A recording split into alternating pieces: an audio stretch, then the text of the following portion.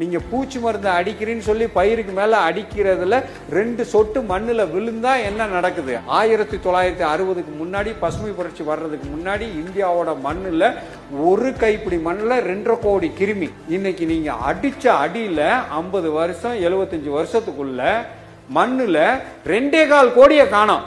வெறும் 25 லட்சம் கிருமி தான் இருக்கு. 2.5 கோடி இருந்தா 1960 மண்ணுக்கும் 25 லட்சம் கிருமி இருக்கிற இப்போதைய மண்ணுக்கும் எந்த வகையில ஏதோ ஒரு வகையில அது செய்யற செயல்பாட்டுல ஏதோ ஒரு செயல்பாட்டுல வித்தியாசம் இருக்கு. மண்ணோட மக்க வைக்கிற கெப்பாசிட்டி குறைஞ்சு போச்சு. 2.5 கோடி கிருமி இருந்த இடத்துல ஒரு அரச மரத்து இலை செத்து விழுந்துச்சுன்னா 4 நாள்ல மக்கி மண்ணா போயிடும். இப்ப அதே அரச மரத்து இலை செத்து விழுகுது. எத்தனை நாள் ஆகும்? 2.5 கோடி 2.25 கோடியை காணும். 10 மடங்கு கம்மி ஆயிடுச்சு. இப்ப 4 நாள்ல மக்க வைக்க வேண்டியதை 40 நாள். இந்த லட்சணத்துல நம்ம பிளாஸ்டிக் யூஸ் பண்றோம். பிளாஸ்டிக்கை மக்க வைக்கிறதுக்கு 2.5 கோடி கிருமி இருக்கிற நல்ல மண்ணுக்கே 400 வருஷம் ஆகுமா? அப்ப இப்ப இருக்கிற மண்ணுக்கு 4000 வருஷம் விளங்கிரும்.